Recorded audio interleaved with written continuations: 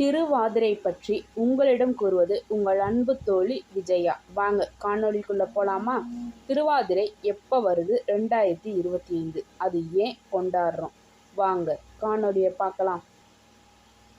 திருவாதிரை என்பது தமிழ் சாசனம் மற்றும் இந்து மதத்தின் முக்கிய பண்டிகைகளில் ஒன்றாகும்.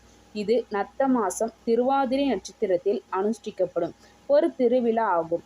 இந்த பண்டிகை முதன்மையாக சிவபெருமானை அடிக்கோடாக கொண்டது. திருவாதிரை கதைகள். சிவனின் ஆனந்த தாண்டவம்.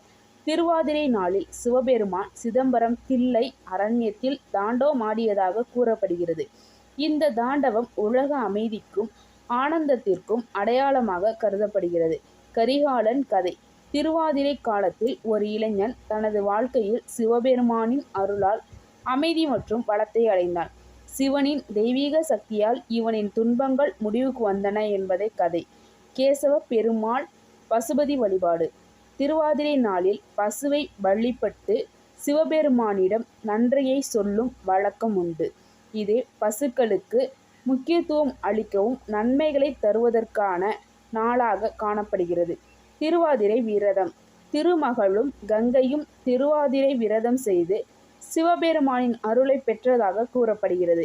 இந்நாளில் சைவ மக்கள் காலை நேரத்தில் குளித்து திருவாதிரை களி மற்றும் இடியாப்பம் போன்ற சிறப்பு உணவுகளை செய்து சிவபெருமானுக்கு நிவேதனம் செய்கின்றனர்.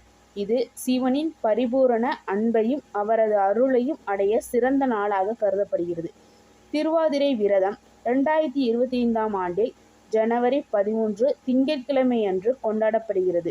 அன்று திருவாதிரை நட்சத்திரம் காலை 10:38 மணி வரை இருக்கும்.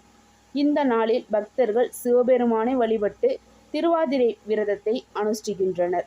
திருவாதிரை விரதம் என்பது சிவபெருமானின் ஆனந்த தாண்டவத்தை நினைவு கூறும் முக்கியமான பண்டிகையாகும். அன்று பக்தர்கள் விரதம் இருந்து சிறப்பு நெய்வேத்தியங்களை செய்து சிவபெருமானை வழிபடுவது வழக்கம். நன்றி. அடுத்த காணொளியில் சந்திக்கலாம்.